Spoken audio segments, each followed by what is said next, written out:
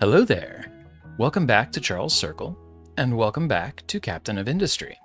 Last time, we finished bringing our construction parts factory fully online, and finally addressed copper. We flew pretty close to the sun, putting it off as long as we did, but it's up and running. Just like our construction parts factory, ready to be expanded as necessary, and also like our construction parts factory, it'll probably take a full episode to be running at full capacity. Today, we're going to tackle three things in parallel. I wanted to orient the episode around a single build, the way that we did with episode 2 in construction parts, and episode 3 around copper production. But frankly, we have, right now, three interrelated issues with our base that are all various degrees of crisis. At the top of the list, by far, is our food situation. I've been trading our newly abundant construction parts for potatoes for a little while now. We really don't want to do that. It's better than our people starving, obviously, but it's terribly inefficient. We should simply make more food than we currently do. 2. That improved farm setup will make use of our recently researched irrigated farm technology. This improves efficiency but requires a consistent water supply. Our population also requires a proper water supply. So we'll need to set that up too to mitigate disease and also to provide unity, which we'll be able to use for various different items around the base, making our life easier. Lastly, we have far outgrown our concrete slab production. This hero kiln is maxed out on Unity, and this 24 per minute that it's producing is barely enough to keep up with the two assemblies we have making construction parts 1 continuously. We need concrete for other things too, so it's definitely time to make the jump to a more advanced setup here as well. These make up today's to-do list, which we'll track here. On top of all of that, I'm sure we'll deal with some unforeseen crises along the way. Personally, I'm keeping my eye on both diesel and iron as potential issues over the course of the day. So let's see how far we get. Ideally, all three of those are resolved by the end of this episode. Before we do anything, however, we're out of workers. So let's put the beacon back on.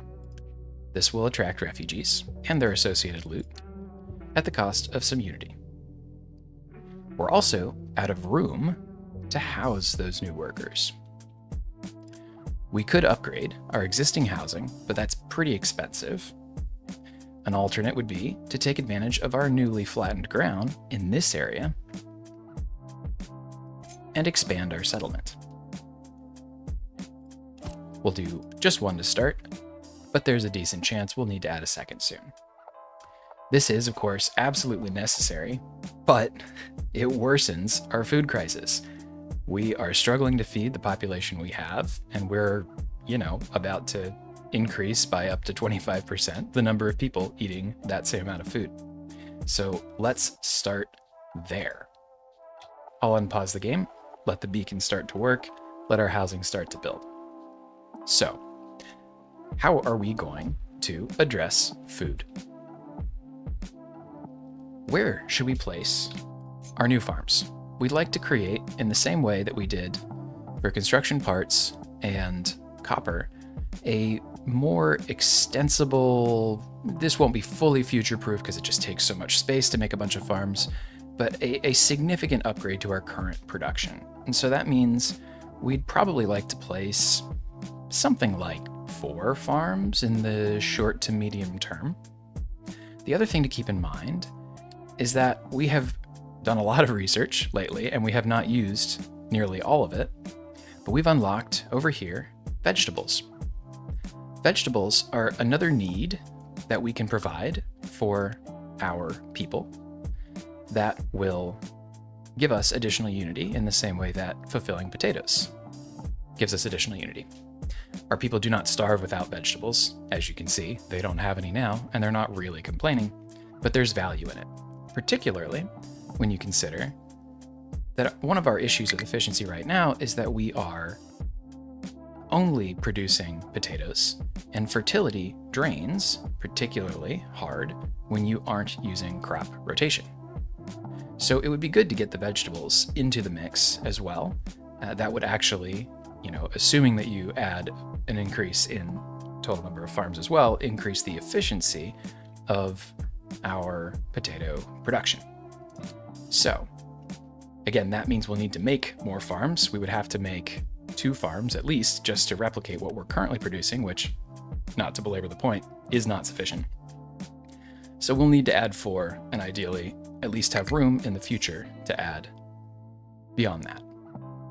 So where should we do it? Well, farms require 2 things. 1, they have to be built on dirt. And so, for example, if we had cleared this space, right, you can see that there's rock on the surface. That's the different color. You cannot build a farm directly on top of rock. Or in the ocean, obviously. But, so we need to have dirt. That is not a huge restriction on us right now, but it's something to be aware of. And we also need easy access to water, because again, this is an irrigated farm setup. This is a water deposit. This is a much larger water deposit. And the other thing to keep in mind is eventually we will get access to desalination technology. That will, in relatively short order, but not immediately, allow us to produce water not just from our groundwater deposits, but from the shoreline as well. And that'll open up our ability to provide water pretty drastically compared to being tied to our rainwater collectors and groundwater deposits now. But we need these farms placed now. The 2 places that would make sense in a vacuum to me are this general area to the north of our base, because it's dirt and near this water, or this area up here, which is currently forest, but is all dirt underneath and a much larger water deposit. In a vacuum, this area is the better of the 2 because there's more groundwater, there's more space, it's all dirt. But it's still forests, and we cannot wait for our foresters to do something about that. We're just not moving that fast in tree clearance. We could add a whole bunch more storage so that they could move faster, but it's not really ideal because we need food now. So, what I think we're going to do, particularly keeping in mind that we're going to have to expand in the future anyway, is we're going to build in this area. We are going to start like this. Up here, we're going to place 2 farms right away, and we're going to run a water pipe basically up here to connect up to our irrigation spots. You'll also see that there's a space for fertilizer later, which will help with fertility. So we need to make sure that we have space to run a pipe for that as well. But that shouldn't be too difficult. Ideally, we'll then also expand this in relatively short order over here, mirrored across those 2 access pipes for water and fertilizer, excuse me. But as we mentioned up here, we still have some ground clearance to do, and not just the trees here, but we need to terraform and flatten this space. Again, you can see terrain with the contour lines. But it is expandable, and these 2 farms will provide enough in the short term. Once we're able to add the additional 2, we'll be able to clear out this temporary starter farm as well, and use that space for something a little bit better. Right now it's really kind of in the way of some valuable space, so that will be good to resolve as well. So I'm going to unpause these 2, and then we are going to, oh gosh, please kill that tree, huh? And in fact, deprioritize all of this. We're going to kill this tree because it's in the way of our water pipe. So, this is our groundwater setup. I want to take from this same buffer, I want to run this pipe up over here. Again, staying up high so that we are able to drive trucks underneath it. I think what we'll have to do with this tree in the way is use this tile here, and that's fine. More space is better within reason. So that will connect our water for this farm. We'll need also to connect this one. Now that we're actually up against the farm, I don't mind running it on the ground. So we could do that. The other issue is trying to connect pipes. They do not connect. I guess we haven't touched on this yet. They do not connect, or you cannot connect them if it's not a flat, horizontally traveling section of pipe. This is sort of an odd restriction in my mind, but it's fine. We can definitely work with it. So let's remove this back to here. And let's just bring it down a little bit earlier. Now we're connected here and here. Again, we're not really worried about trucks being able to travel underneath to access this tile. One, they'll still be able to reach. Trucks can reach something like 3 tiles maybe. So they can reach over a pipe like this. That's not an issue. But what we are more concerned about is trucks being able to travel under here and under here. So this will all take a minute to build. Not too long. We certainly have the construction parts. But that should connect up all of our inputs, essentially. Now, this pump just had its demand, or demand for its water, tripled. Let's keep that in mind. Oh no, no workers. Here's a temporary fix. I'm going to stop using the boat just for a moment. It provides a lot of value. We need to keep our boat in motion, but we also need to have workers. We can always unload the crew. And it's like a decent chunk of your population, particularly early on. So we'll do that. Beacon will give us another 15, 14 in 2 months. And we'll come back to that.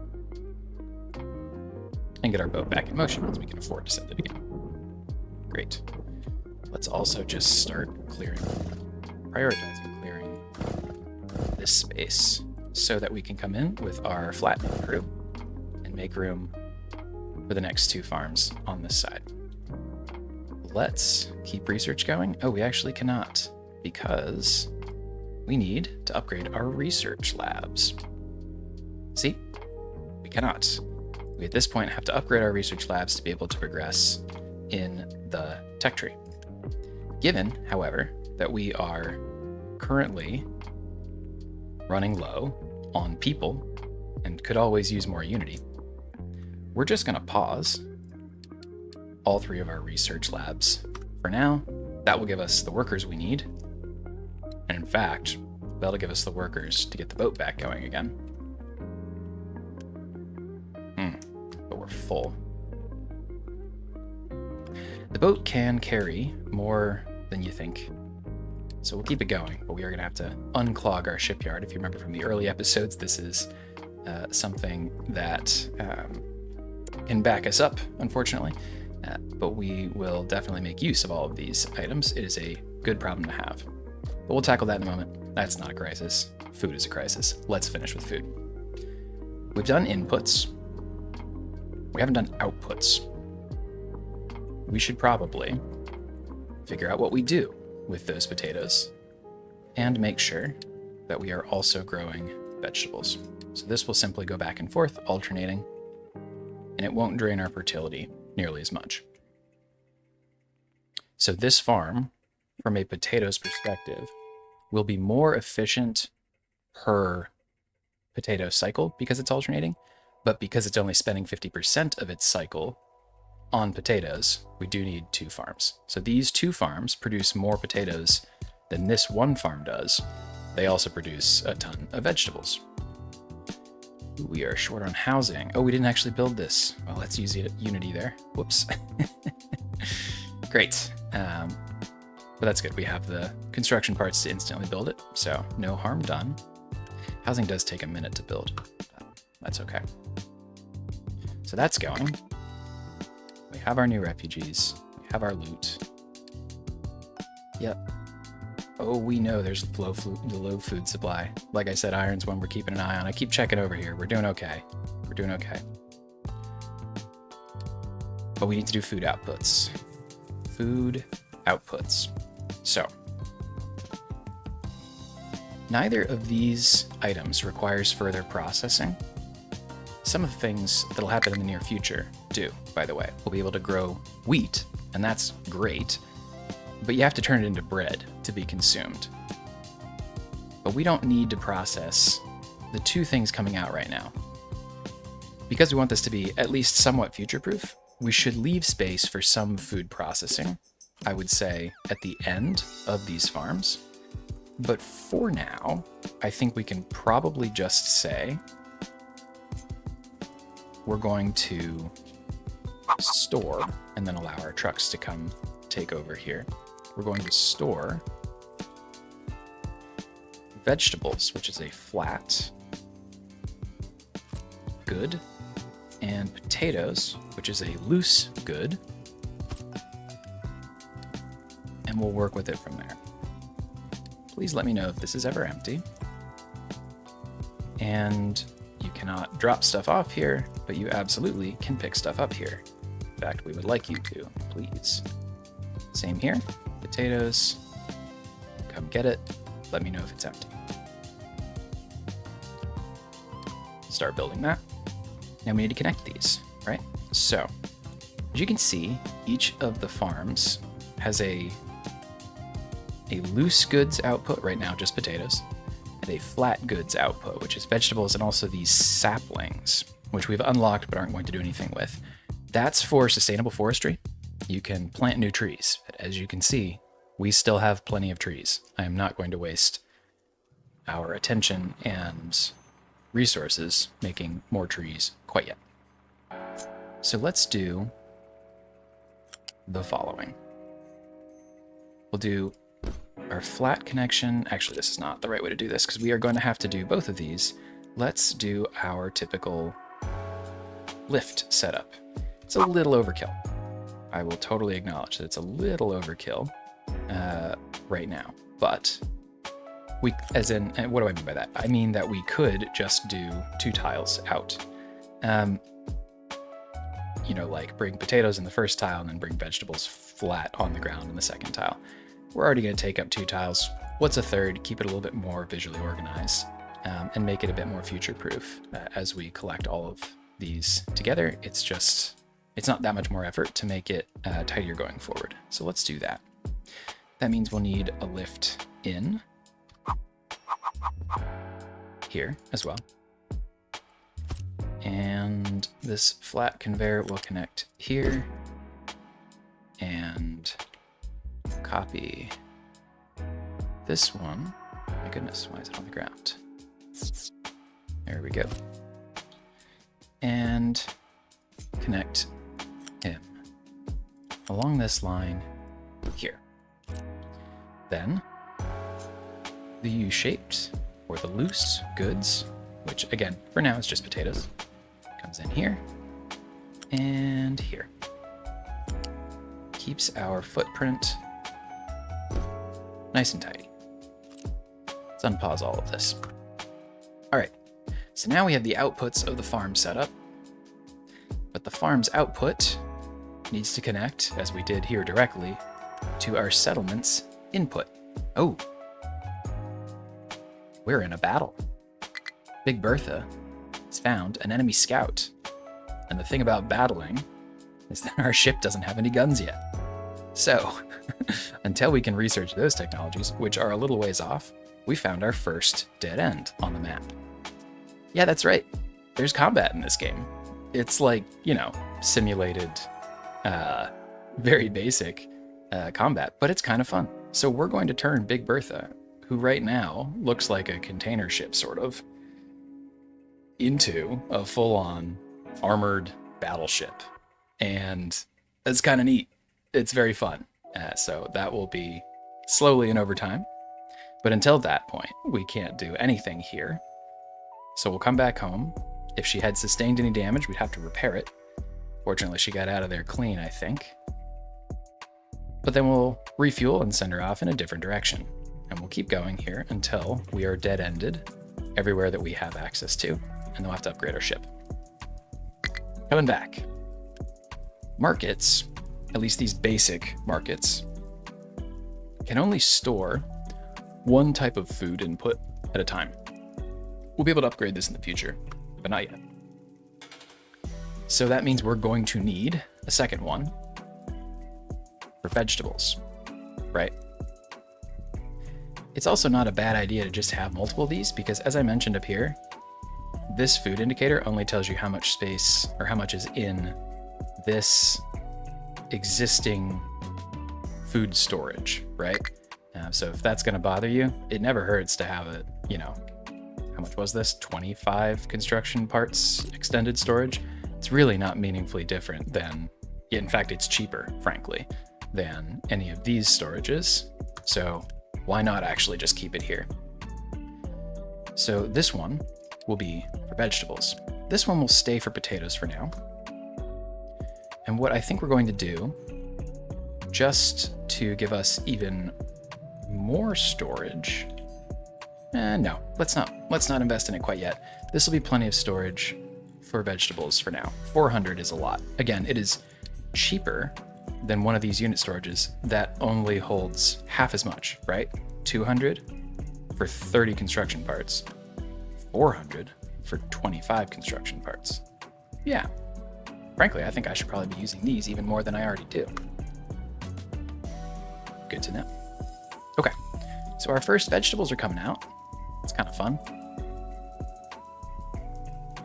Lovely shades of green. They'll all go here. And we will make sure that these are serviced with a pretty high priority. Finish unity building.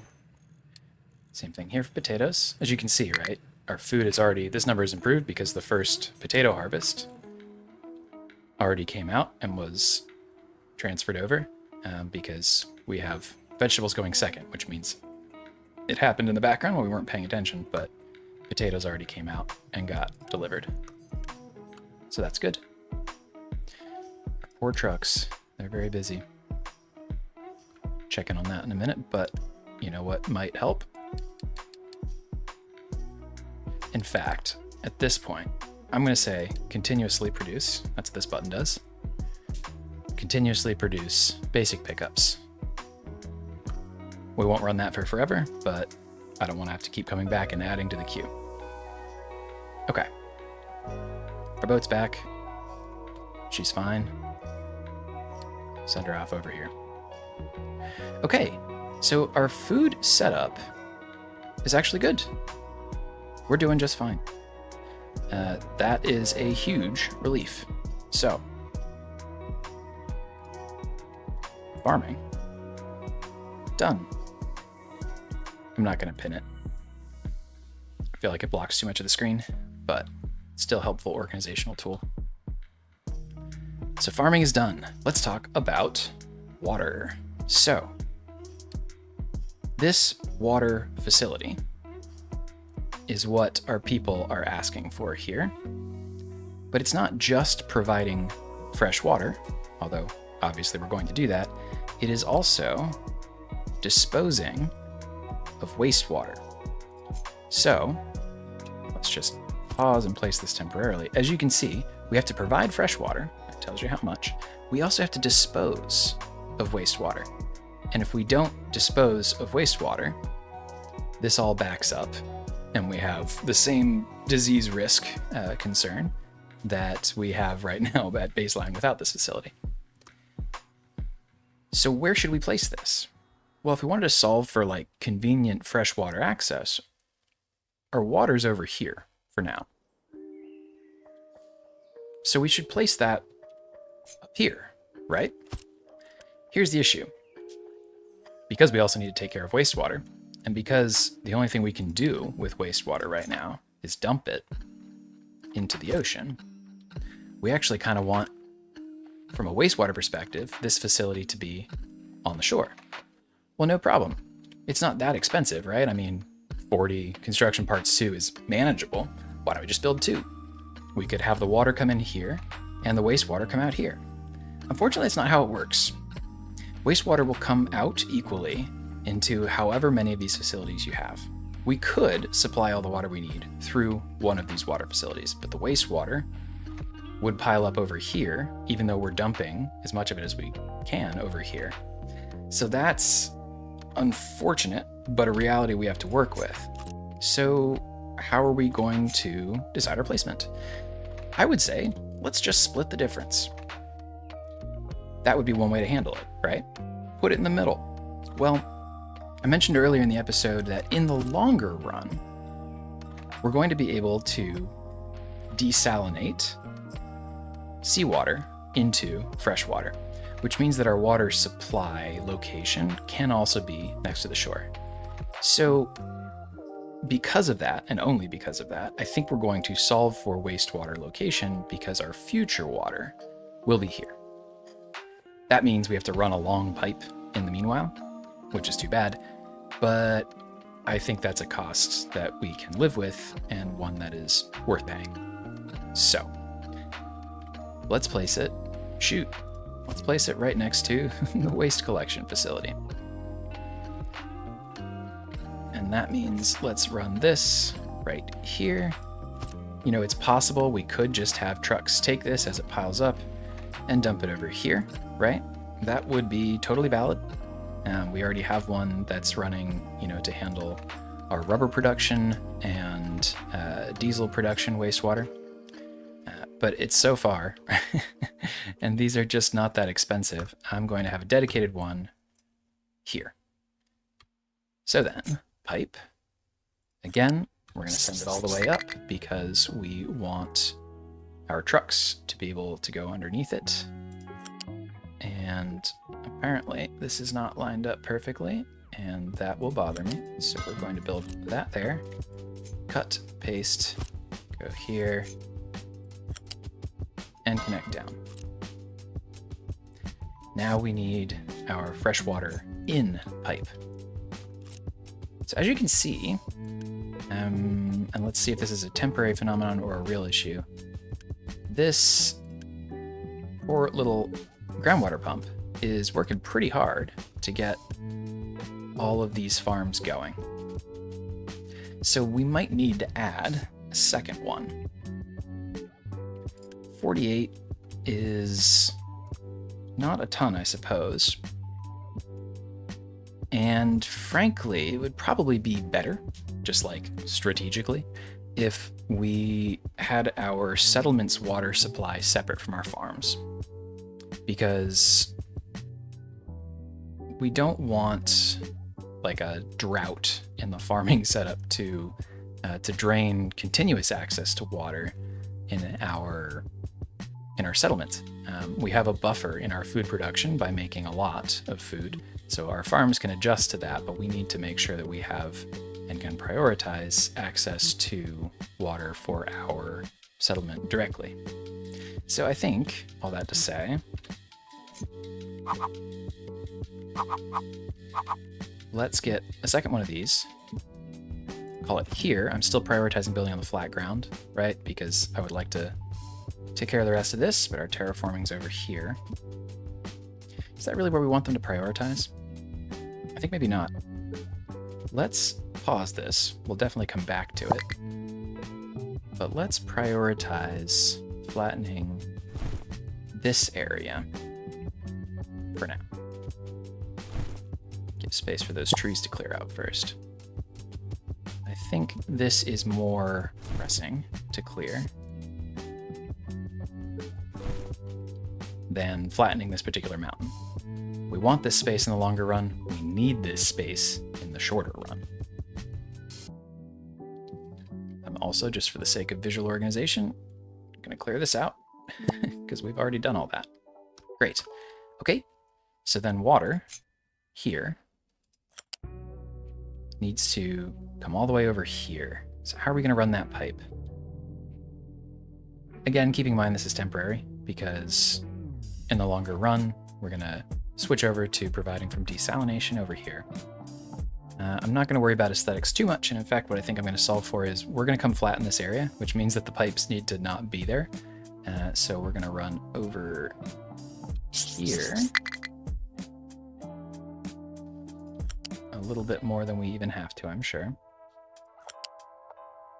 Connect up along, actually we're going to leave this big square in case we need another piece of housing, so we're going to preemptively avoid those tiles, but we'll run right along the edge. And we'll come all the way over to, what do we think? All right, toggle the snapping because it's counterproductive at this point. Bring it back down here. How's that for spaghetti? That's quite the pipe. Definitely temporary. Definitely temporary. But this should now be all of what we need to handle our settlement, water in, and wastewater out. Hey, look, we're starting to get unity from our vegetable supply. That's nice. This buffer still needs to build up over time. I find that vegetables get consumed like way faster than I expect them to. It's probably a me thing, but something to keep an eye on. I think it does kind of, when your one comparison is the speed people are eating potatoes, vegetable consumption goes pretty quickly. Okay, that's great. Those are all in motion, and we'll soon get the additional unity that comes along with properly addressing your people's needs. Check back in on that in a moment. And now I think it is time, since we can check this off, to think about concrete. Let's do a quick check-in, make sure that our desk is clear here before we go too hard into concrete production. Oh, nice. This water facility, in fact, the moment we get it, we're going to get this goal as well. Shoot, we got unity, we got busy trucks. I will trade unity for a little bit of truck speed. In fact, same thing. Let's just make sure that the thing building our trucks has what it needs to help alleviate that bottleneck. And there we go. Look at that. 80 construction parts too. I mean, that is twice, by the way, what we paid for this. So it is usually worth tackling these goals. They are at minimum a strong subsidy towards the investment that you probably need to make anyway. Okay, this also unlocked, they're trying to show us how the captain's office works. We know, we already talked about these edicts, right? And in fact, it's a good point. Now that our food production is matching our needs again, I think we can probably trade a few extra potatoes for some unity. But it wants us, just to teach us, I guess, to toggle, and then I'm going to turn right back off, the vehicle fuel saver edicts. We are not hurting on diesel. It's not, it's going down faster than we're producing it, something to keep in mind. But we have a stock here, so not going to stress about that. It's not worth one unity. If it was free, I'd take it. And at certain points in the game, one unity means less and 15% reduction means more. Like, we're probably going to come back and use this at some point. But that's fine for now. So let's collect that reward for doing that little dance. We get 80 construction parts too as well. Lovely. And then the last thing I think we're going to do from this box, or this set of goals right now, is the fuel station. So let's talk about refueling real quick. Trucks and excavators run on fuel, and they eat diesel, right? What do? Oh no, another battle that we're going to lose. So we found another dead end. When a truck, which is what this one is doing right now, is running low on diesel, he comes all the way back to the nearest place that he can grab some diesel. And then he refuels and he goes all the way back to where he was. This journey is only going to get longer as we expand. it's wasting time, and by the way, more diesel for him to be running back every single time. That all adds up when you consider that every single truck is doing that, let alone every single excavator. Excavators are slow, and they're important. We don't have that many of them. And the entire time that he's going back and forth is time that he's not digging. So, what do we do about that? Well, that is where fuel stations come in. Fuel stations are basically just fuel storage with the ability to dedicate a truck or 3 to driving that fuel out to excavators. So not only is it a closer place for trucks to come top themselves off, you can have a truck drive out to refuel things like excavators that are slow and valuable. So we're going to place one of these, and we're probably going to place several of them eventually. But I think if we look at where our longest drives are right now, right? They're out this way, they're out here. I think the first one we're going to place is just over here. So we'll place it, I don't know, like here. We're not going to worry too much. These aren't that expensive in the bigger picture. We will move these as we need to. If this ends up needing to move around, that's a lot less of a big deal than, you know, having to move our entire construction parts setup or copper setup. So we will let this go. And as you can see, I mean, I guess you could probably bring diesel directly over to it, but I think it would be better if we also gave it a corresponding storage. So place him here, diesel. Let's say you can bring stuff here, but not take from it. Now, I don't want, especially while we have a low overall amount of diesel, I don't want to keep this like full. Keeping it at 200 would be using most of what we have left. So that's not necessary. But we should have something. By the way, I'm holding control to flip between the 2 valid paths here. If you're like me and you really prefer sort of straight lines and corners rather than squiggles, pro tip. And we'll let that get going as well. Cool. This should increase our sort of effective number of vehicles because fewer of them will be out of commission over time. It should also decrease our diesel consumption because there's less wasted back and forth driving, and the trucks and excavators will be spending more time where they're actually supposed to be. The biggest savings on that, I mean, a truck doing what it's quote unquote supposed to be doing is driving a lot, but excavators don't spend nearly as much fuel just sort of bopping around here and pulling stuff out of the ground as they do running back and forth to refuel. So this should help our diesel consumption, or at least slow the growth of our diesel consumption. And like I said, when we build this here, we will get a nice little reward.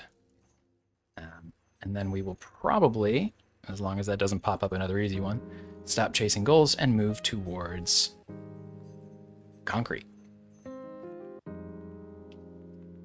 Come on. Oh. You are a fuel station, and you are connected to a fluid storage with diesel. I guess there has to be some diesel in the fluid storage before we'll get that checked off. Speaking of diesel consumption, our ship is back, fully repaired. Where else can we send her? You're within range. Great. Power's starting to become an issue again, huh?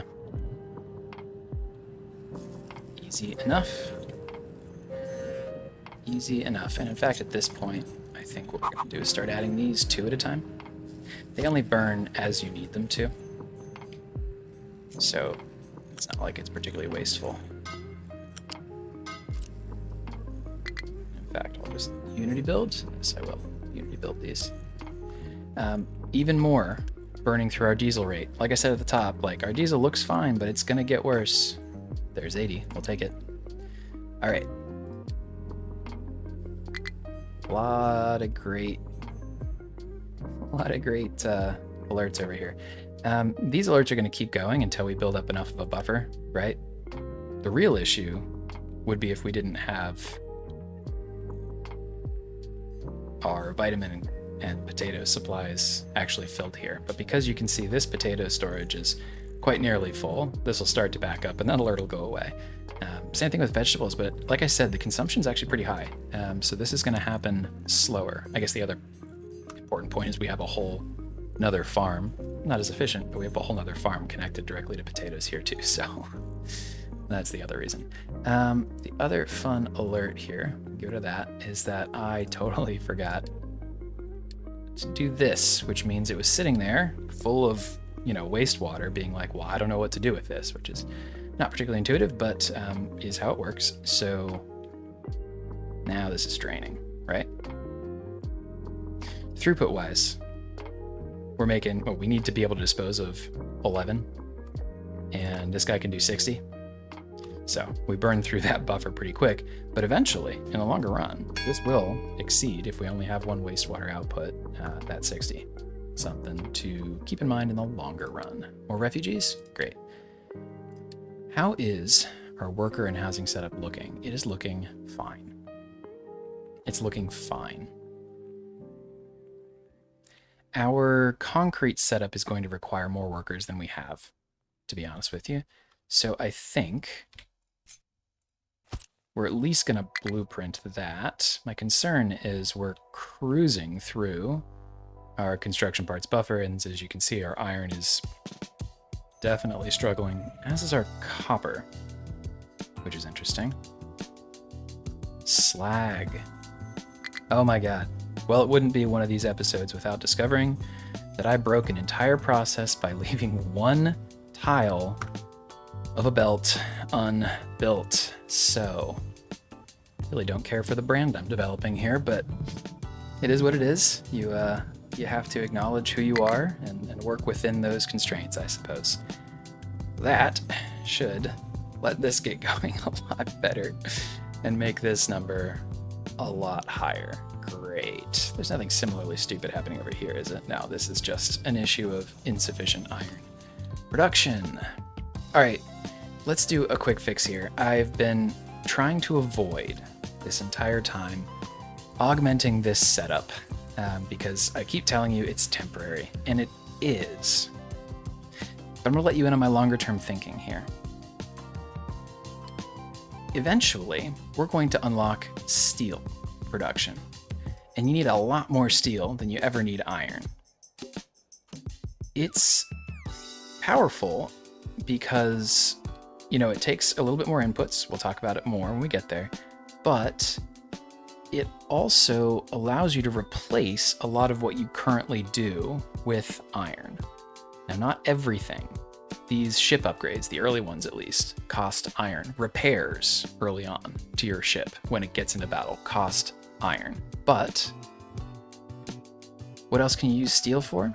Well, in addition to further construction parts stuff, a whole bunch of other fun things, you can, instead of using iron, swap it in for construction parts. There's some trade-offs there, but it's absolutely possible.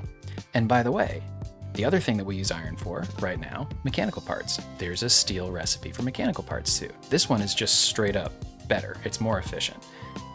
So there's what I'm building to here is there's actually a way, and the devs seem, if you read between the lines, they seem to be encouraging this. There's a way to swap iron out pretty much entirely in the longer run. So what I think we might do is reinforce this iron production.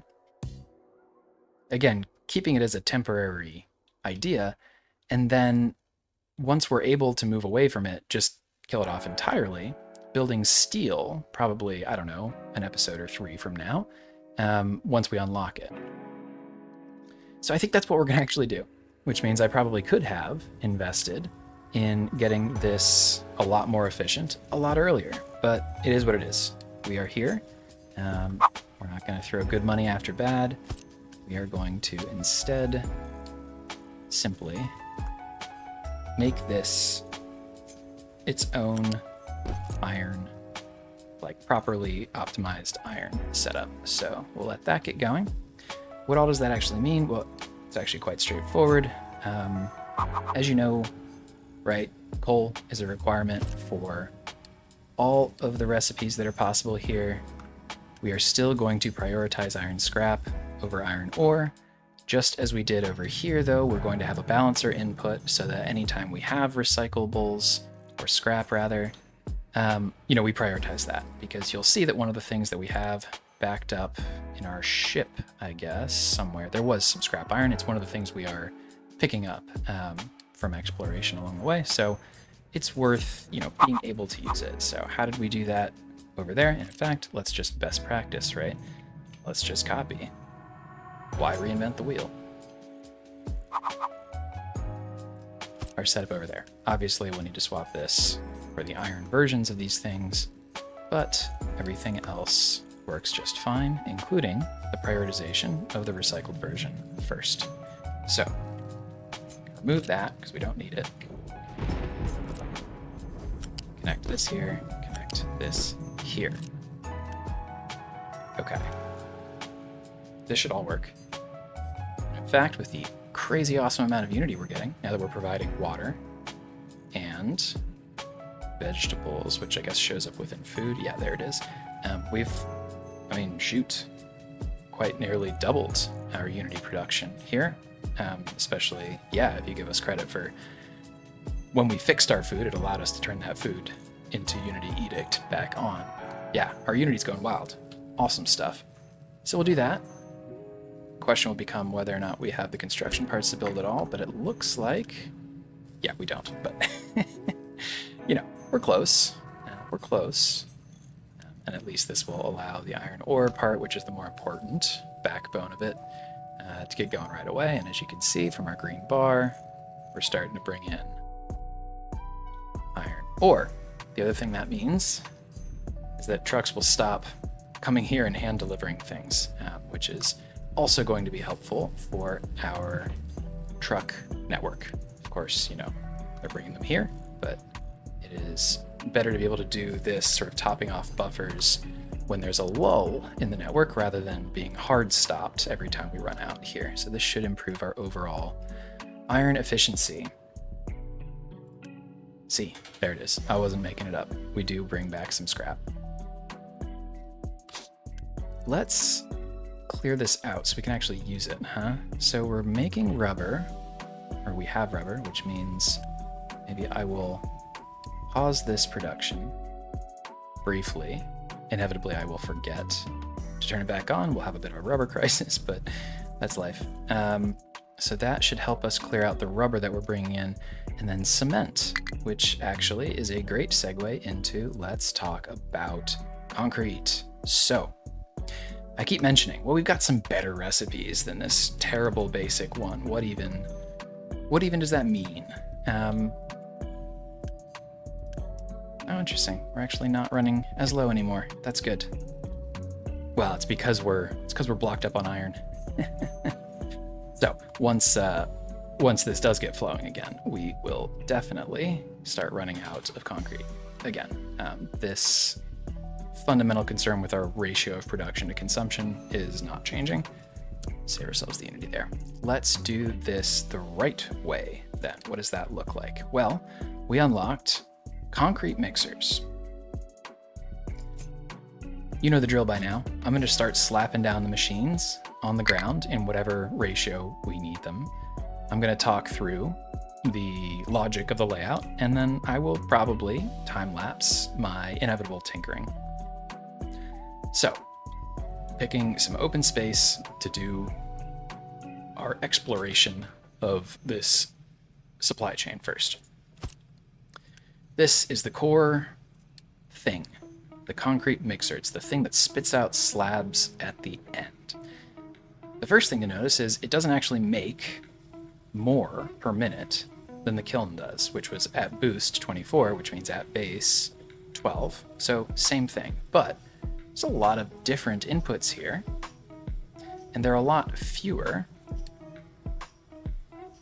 per unit of limestone than this kiln.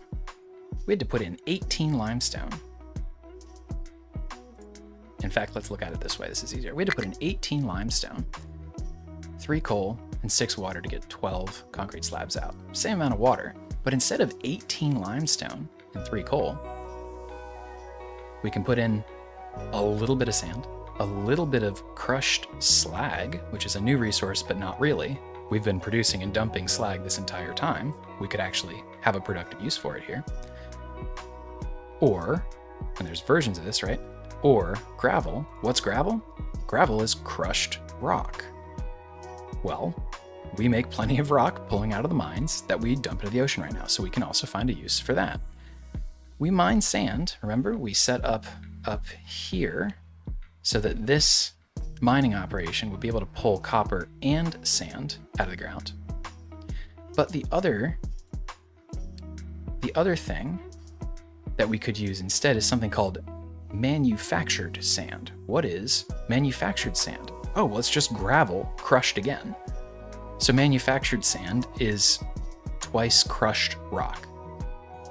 So there's lots of different ways we can do this, but we can basically take the byproducts that we are currently throwing in the ocean and turn them, more or less, into the concrete that we need without spending our finite supply of limestone or coal. That's wonderful news. The last thing it requires is just 1.5 of this cement resource, which we have accumulated a pretty decent pile of through exploration over the course of the game so far. But if we're going to be using it continuously, we also need to make it continuously. What is it? Well, this is where the limestone input went. Now it's still less, right? We're using 1.5 to make 12. And here we're using 9 to make 3, right? Which means that the actual per concrete slab limestone usage is 4.5 instead of 18. You don't have to do the exact math. Number is smaller, right? That's the good part. It uses much less limestone and much less coal to make this cement, which is the stand-in for this component of our original kiln recipe, right? Now there's exhaust made along the way, and we can live with that. But with all that in mind, then, what do we actually need? Well, we need a concrete mixer, and let's talk about which recipes to use in a moment. But either way, we're going to be needing, and let's just start with, if we're going to slap down 1 kiln, right? 1 kiln making 3 can supply 2 concrete mixers. We'll figure out exactly how many of these we actually want later, but this is the ratio. And we also need, no matter which of these we use, crushed slag, gravel, manufactured sand, we're going to need crushers, right? Slap down 1 for now. Of course, we're also going to need our 2 inputs, limestone, coal. We'll just make sure that we know what they look like so we can see them without having to go in. That's what these refer to. And then we have to crush, which is some combination of rock, twice crushed for manufactured sand, single crushed for gravel, whichever, and slag. Okay, so let's talk about how we want to prioritize these recipes. Like I said, these are things we are throwing in the ocean, but we don't continuously produce them necessarily. We continuously produce them as a byproduct, but that doesn't guarantee that we're always going to have access to these. So we do need a backup of sorts. So we should have the ability, at least, to bring in sand. So let's do that. And let's think about what would it look like if we didn't have access to slag? Well, we would have to have access to gravel, right? Okay. So we need to make sure that we're not, for example, making a bunch of manufactured sand at the expense of having gravel. And that means that we should prioritize our inputs accordingly, right? So if I think about then the recipes that we want to use here, in an ideal world, we should have the capability to handle all of these in the same mixer, so to speak. But we don't want to consume actual sand unless we have to. And in fact, we don't want to consume gravel unless we are out of slag. This is probably the best, like the recipe we like to be using most often, right? It means we have slag that we want to get rid of, and we have so much rock that we can power through our excess gravel and turn it into manufactured sand, right? Same, I think, happens within the sand recipes. We would prefer to be spending slag over gravel if we have slag. So I think this is probably the descending priority order, right? Hope that makes sense. So now we need a series of crushers, basically. So let's first solve for our ideal state. Well, let's simplify. Let's bring the rock gravel setup off to the side. The first question in the flowchart, so to speak, is whether or not we have access to slag.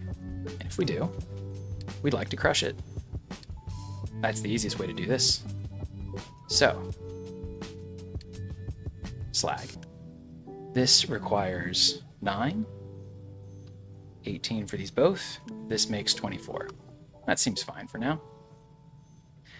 If, however, we wanted to double this up, and we have been doing that so far, right? We've been making 4 of our end machines with the ability to expand in the future, but that's what we did over here. For constructors, or for, assemblies. Same thing over here for smelting setups, for blast furnaces. Let's just keep doing that. Oh, no place to dump products. You need to dump trash somewhere, and we have, that's right. Because we said stop doing the mountain, we also accidentally cleared out our dumping space here. Great.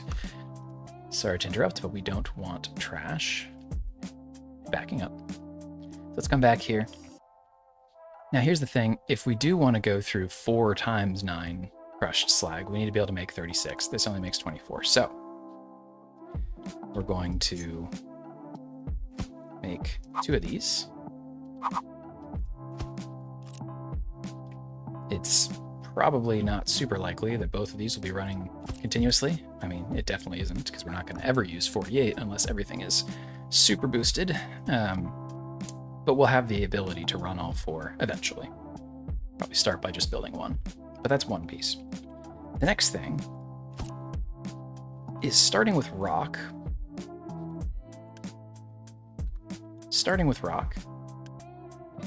Sorry, let's get all of these inputs actually topped off while I'm thinking about it. Starting with rock, we need to turn into gravel, certainly, to start, right? The question from here becomes, how much of this do we then turn from gravel into manufactured sand? And so the nice thing here is we make 24 gravel over here. This is only 8. So we're, at this ratio, right? Like this guy can feed 3 of these, or the overflow. And let's just get our balancer on the ground to keep this in mind. Priority output. We'll be able to be making access like this, from baseline, which is great. So again, we want to use manufactured sand when we can, but we have to at least have some gravel. How much gravel would we be using at a time? Again, 9, right? It's a stand-in for this crushed slag. 9 times 4, 36. So we need 2 of these gravel makers, same as the crushed slag.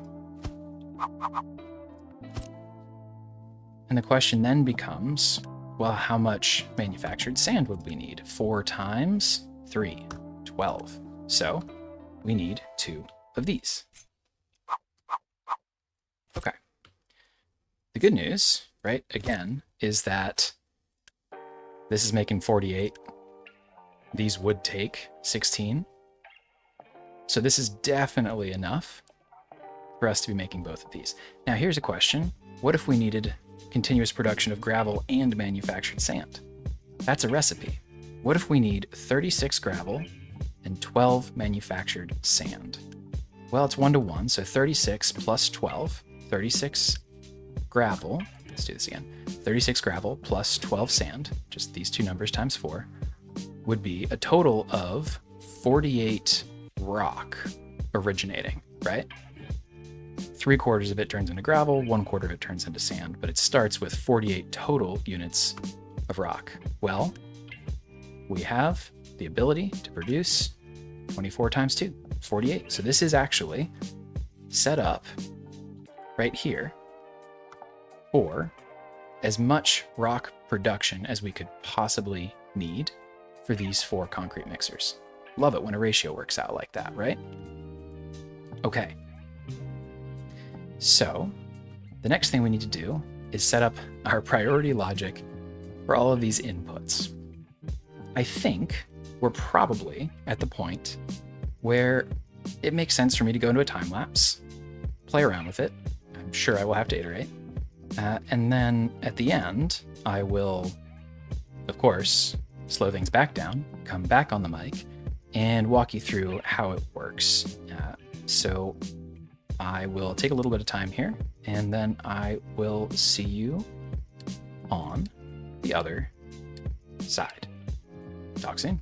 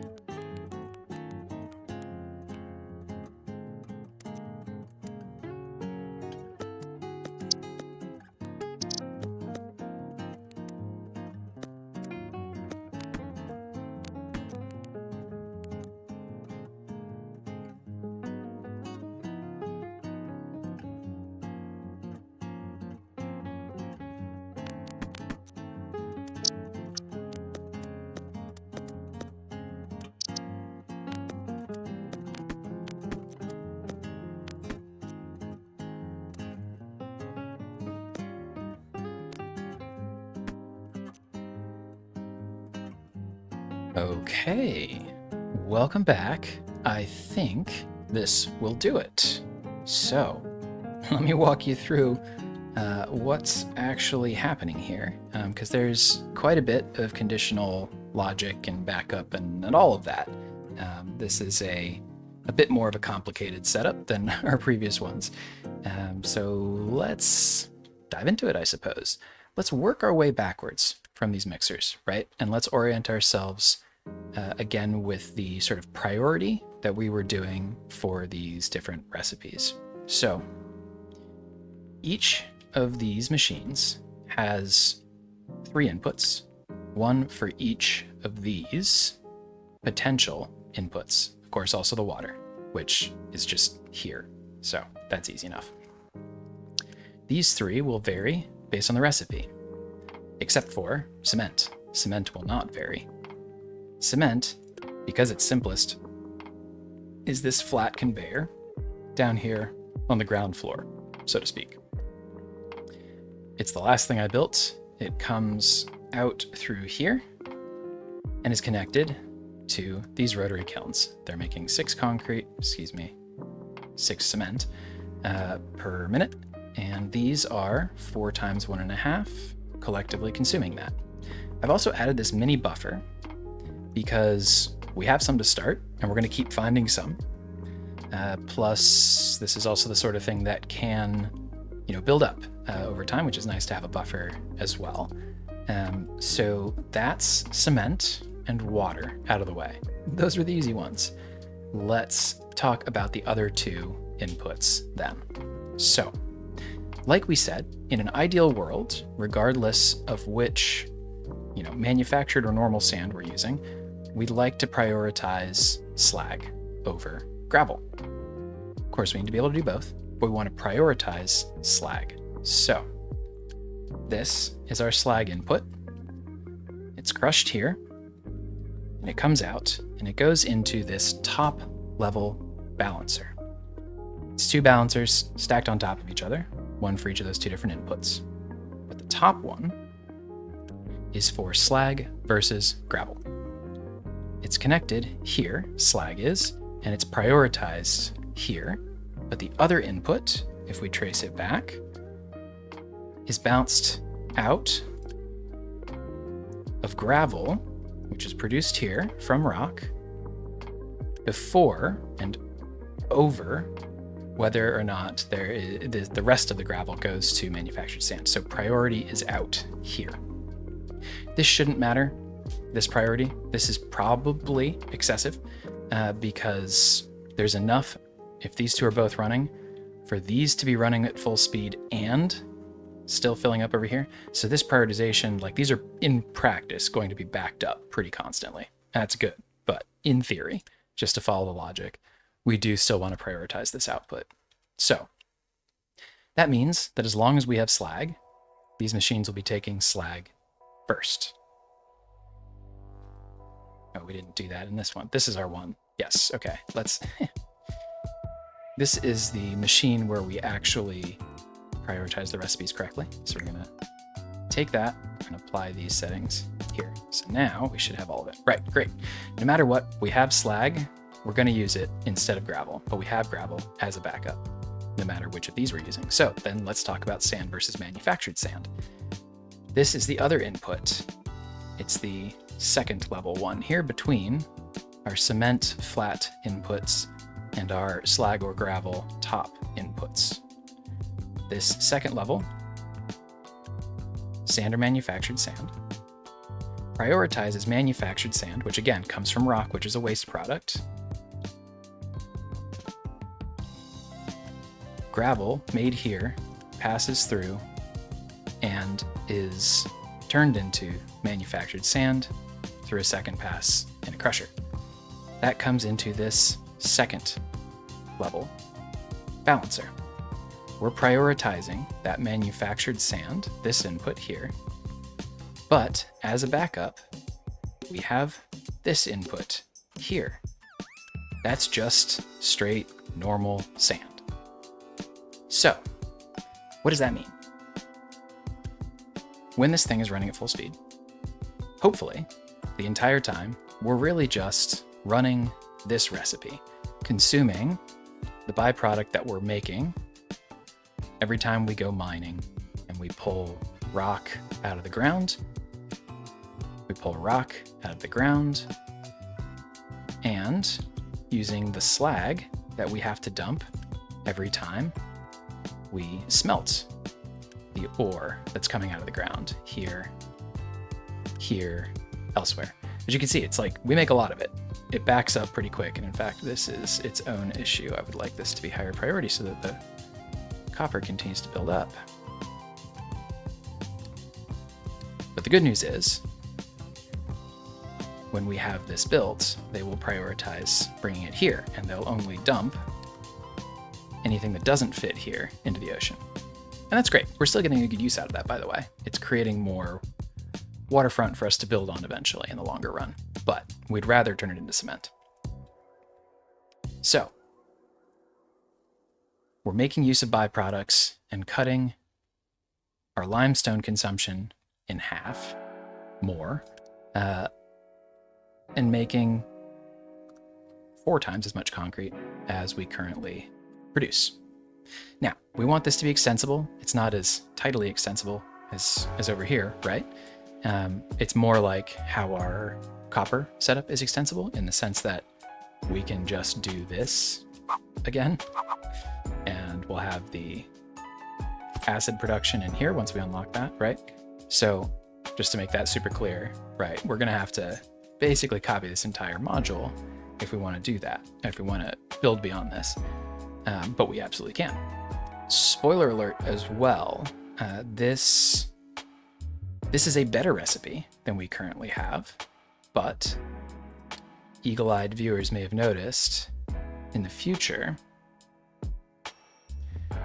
that there's a better way to make cement, or at least a different way to make cement, using either hydrogen or fuel gas instead of coal.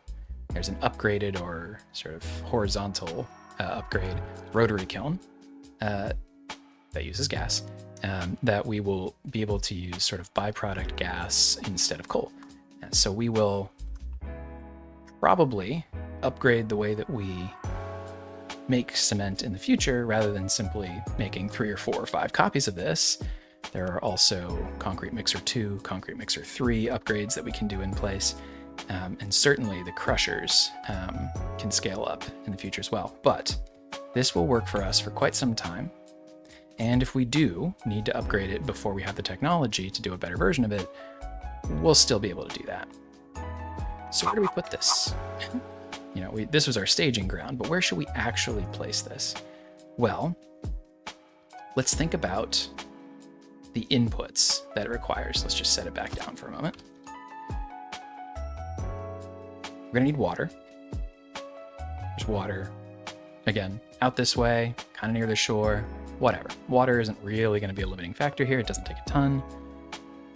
The inputs we're gonna need more of are slag, rock, like we said, the things that you are going to be pulling out of the mines, along with sand, coal, and limestone, which we also pull out of the mines.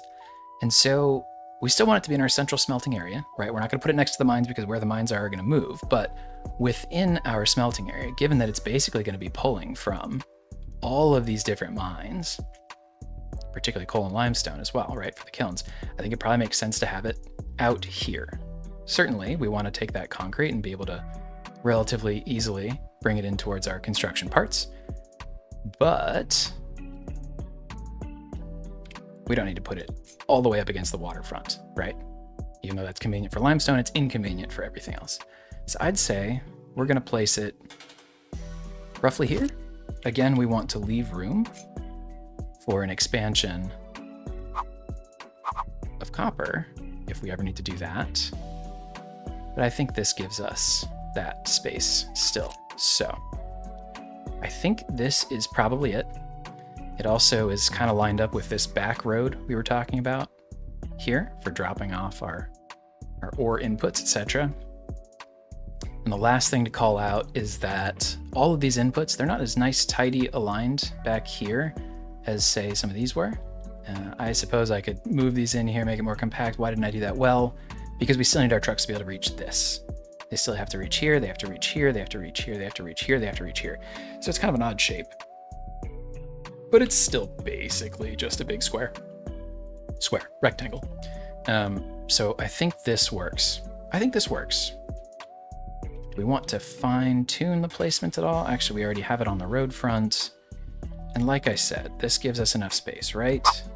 We're still gonna add an acid production in this area between the two. But I think that's enough tiles. An acid production only really requires a mixer, not a huge machine, and some input, output storages. So I think this works. I think we're going to leave this exactly where it is. So let's unpause it, but let's do this at 50% capacity to start. So let's do all of our inputs and outputs, of course, that's necessary, but half of the machines at each stage. So all of our inputs and outputs, but half of the machines at each stage. So 1, 2 out of 4, 1 out of 2, 1 out of 2. Actually, you know what? These are the marginal efficiencies. We're gonna do the ones that have slightly less belt, that are slightly closer, right, to where everything else is. So that means this one instead of this one. And let's say, oh, I don't know. Now we're really splitting hairs. This one instead of that one. Okay. Naturally, also gonna need all of the belts that go along with that. Oop, not that one actually. Meant to click that one. Post in the comments if you see me missing one square of belt that's gonna tank this whole thing again. Don't forget your exhaust. These belts are all necessary. Yeah, there's your one square. I caught it. We'll definitely be fine now, right? These belts. These belts. Obviously the balancers.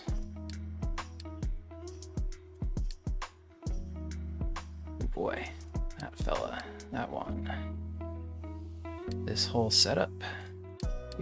Here. All right.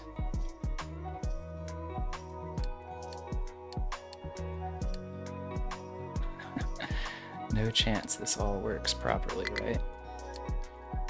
Let's find out. I think this is right. Water. Okay. Well, let's at least find out what I missed. Let it run. I did the whole thing on pause this time because we had what? Sort of 2 total crises in the last build during the copper build that I had to pause and handle. So I did this entire build and hopefully post-editing one go. That should make this a little bit less disjointed. Of course, that means we weren't piling up resources in the background, but it does mean we didn't have to interrupt it with any crises.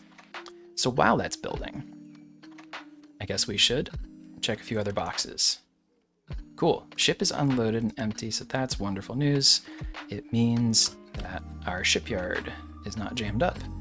Let's pick another spot. We are gonna start running into these battles pretty quickly here.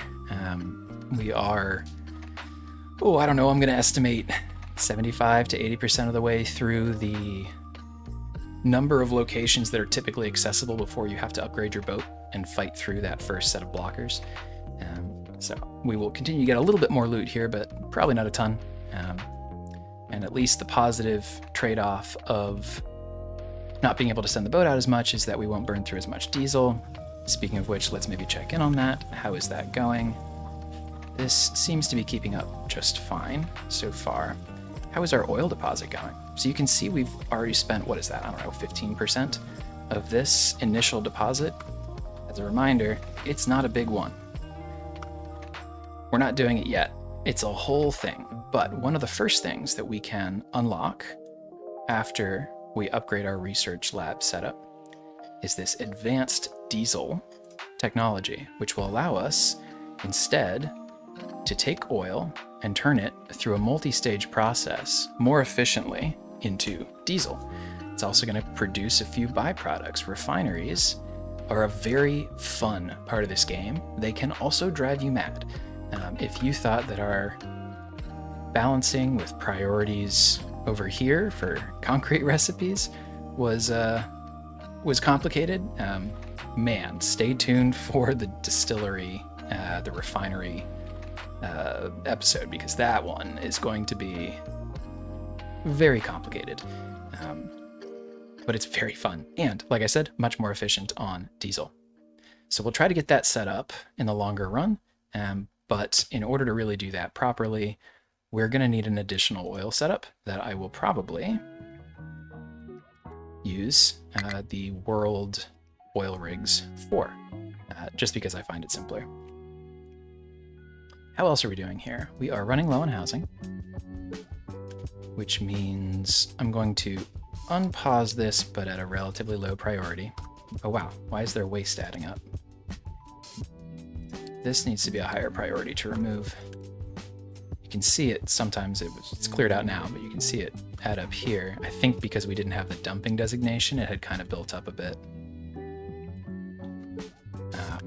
I wish there was an alert to tell you if this was full. I suppose what we could do is just slap another storage on the outside here and put an alert on that, but it's a little bit extra. It'd be nice if this had its own alert.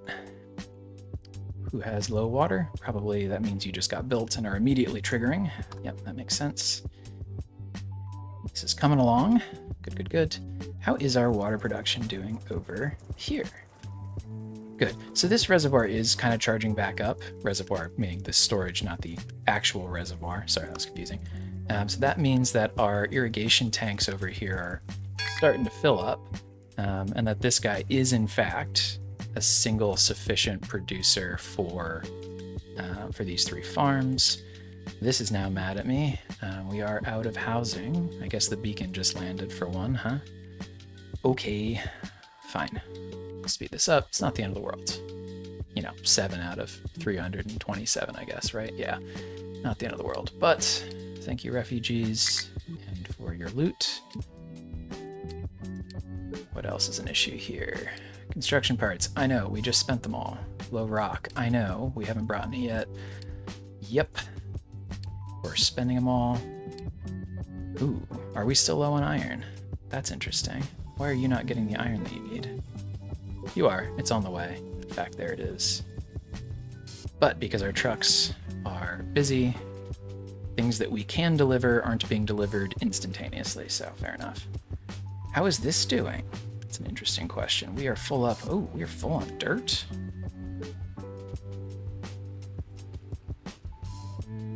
Yeah, so the dirt needs cleared out of here for sure. But the issue is that our trucks are too busy? Is that what the issue is? Unfortunate. And, yep, I told you, we're running into more battles that we cannot win. So, that's a bummer, but now we know that it's there. I think what we might need to do over here, so we have this setup that we're starting to use over on this ore sorter, where we have actual storage on the outside. I think it's time to add that over here as well. Of course, we have to change what's on each of these on the outside. I think actually we're gonna do, how do we tend to do that over here? This is, so dirt are 2 actual outputs and rock. Great, so let's do rock here, dirt here, and then these we don't actually need, but let's just, you know what, let's just say 2 things of iron ore, because wouldn't it be nice to have a bit more of a buffer? And yes, now we need to be able to bring stuff here, because then we can do the reject single product loads toggle here as well. I think we're going to build, it's the problem, I'd like to build this all now, but man, we are chewing up all of our all of our parts production, which is, again, an issue here. That's, like, not great and avoidable, in fact, if we crank up the import priority. This is, I think, an early example of import priority inflation. Over time, I just keep moving everything up, and then suddenly everything is highest priority, which means nothing is highest priority. So eventually, over time, we're going to create some sort of guidelines for what qualifies, but we're not there yet. And we really do have to put everything here.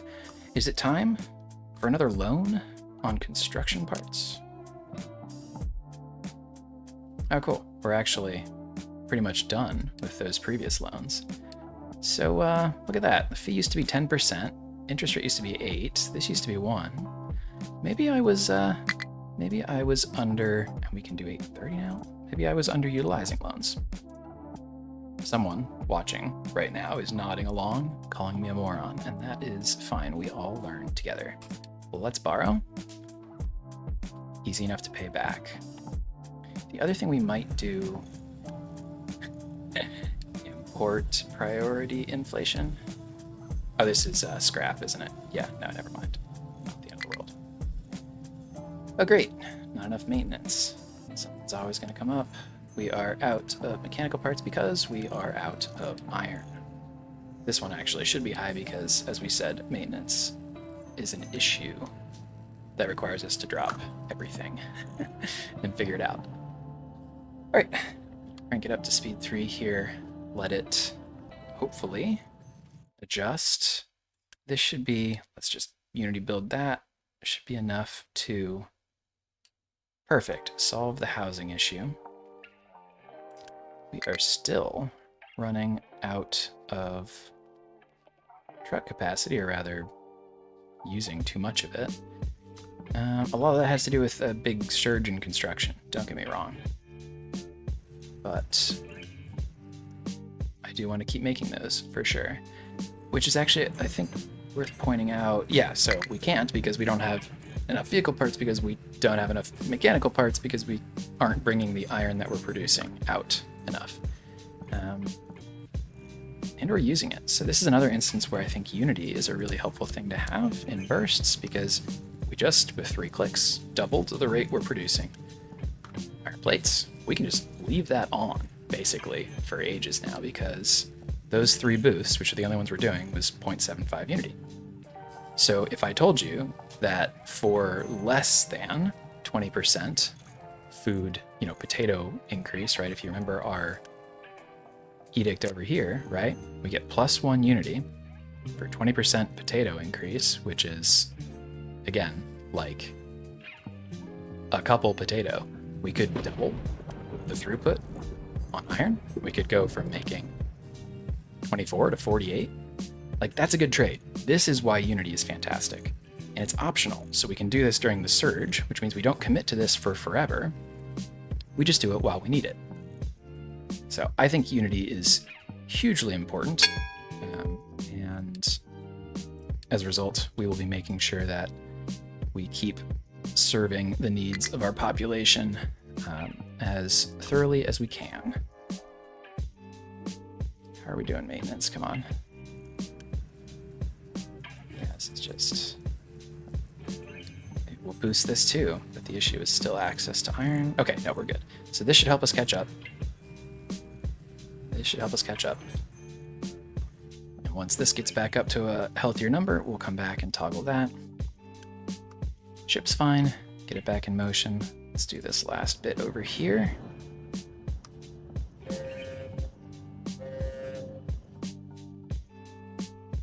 And how are we doing this way?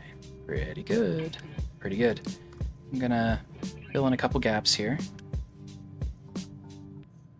So of course, because I love lifts so much, we are being limited on construction parts too. That's fine. I acknowledge that that is my personal taste. But the nice thing about our setup here is that we can, again, temporarily toggle our priority. So you're starting to see the flexible benefit of why I've chosen to build a lot of these setups the way that I have. You, of course, can choose to build differently if you don't think the complexity is worth the flexibility. Don't invest in it. But for me personally, I think this game is so much about reacting to crises. As I say that, we get a red alert, naturally. Because, oh my god, we are out of diesel. Oh no, this is a problem. We have coal. Oh my gosh, we never built a storage for it. Yeah, that's not great. This should be a very high priority coal that needs to be built immediately. Like, this is so we have fuel to keep our trucks running. I know I just said that priority inflation is bad, but like, no, genuinely, diesel is a death loop, and now we're under 100, which, not what you want. Oh yeah, there you go. Now we have a nice little alert reminding us that we have screwed it up. No worries. Like I said, this game is about reacting to crises, and so the more flexibility you can give yourself, the more tools you can give yourself. Speaking of which, right, I bet we could trade for some diesel. Yeah, we could. I'm not going to trade construction parts too. I think we're okay. But if we had to, we certainly could. Same thing here, coal for diesel. Might do that. But giving yourself the ability to react to emerging situations, I think, is hugely important. So now we've built all of our lifts. Our construction part 2 requirement is lower again, and we'll go back to prioritizing our construction parts 1 output. Just in time too that this is up and running, because we are very low on concrete slabs. Of course, we're not running yet. Why are we not running yet? We are still missing...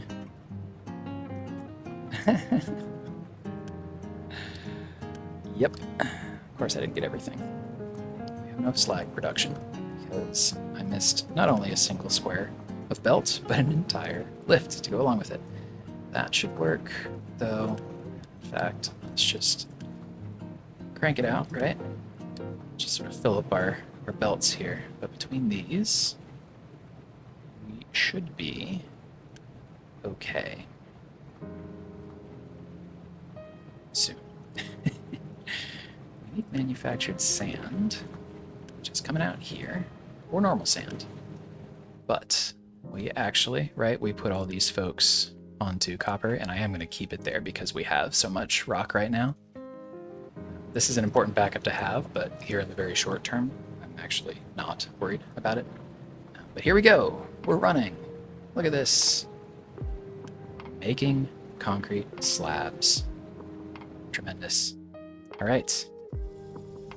That also means, in a moment, when we have a bit more of a comfortable setup, we can kill this entire kiln and rainwater collection setup, giving us more space. This whole area is going to open up tremendously because our pace that we're consuming this oil is only going to increase. As you saw, our diesel consumption is a problem. And in fact, let's boost it, right? But this whole area is going to be open up for additional manufacturing, which is great because the next level of research, because let's talk about what we're going to do next episode here. Our next level of research requires upgraded research labs, and that requires us to actually supply and input lab equipment. Now we make these things, but in order to produce them at a heavier rate, we're probably going to have to set up a proper production of this lab equipment. So until we do that, we are not able to research literally anything beyond this point. So we are hard stopped by our current progress there. As a result, it'd be really nice, I think, to fix that. So we'll probably do that next episode. The other piece, I think we're going to be okay on iron. I think I'm going to do the thing that's probably going to irritate everyone again and just kind of skin of our teeth on iron here like this until we can get through to steel. But of course, as I said, in order to do that, we have to research it, which means we have to get past the research lab. So I think that's probably where we're headed next time. Cool. I think we're going to call that an episode then. We are, of course, still stabilizing some of our adjustments in the background, but I feel good about it. This is what we wanted to accomplish today, which, again, just to summarize, we fixed our food. Look at how much better this is. We have a whole pile of potatoes. We're actually so full on potatoes that it's backing up our farms. And in fact, because it just is a nice way to put a stamp on that accomplishment, I'm going to clear out this entire temporary potato setup. Oh, that feels good. I love making space. That is a sign of our accomplishment because we have all the potatoes we could possibly handle. We also started providing vegetables. So our farm setup is definitely upgraded, and our food crisis is definitely resolved. We will, in the future, expand over this way, and in the very long future, probably build something larger out this way or somewhere else. But that's resolved, as is our water. We have provided fresh water and are disposing of wastewater. See this number creeping up already as our population grows. That's giving us, between resolving food, adding vegetables, adding water, that's giving us a ton of unity, which we are already making great use of to adapt to maintenance crises, to continue kicking the can down the road on a proper iron setup, and to bail ourselves out of diesel production. In addition to food and water, we've got a proper concrete setup, and I think that putting this together went a lot more smoothly than the last two. Copper was skin of our teeth, and frankly, construction parts took an episode or two to really come fully online. So I feel like this was probably our cleanest adjustment or upscale yet, which is great. It's also a reflection of why the first thing we did was a big pile of construction parts. So that's good too. We've also started running into the edges of where we're going to be able to explore, and that's true both on the map and the tech tree. So the next thing we need to do, for sure, next time, is to set up a proper research lab setup. But I think we're going to call that there. Good work today, everyone. Thanks for tuning in. Hope you enjoyed yourselves, and we'll catch you in the next one.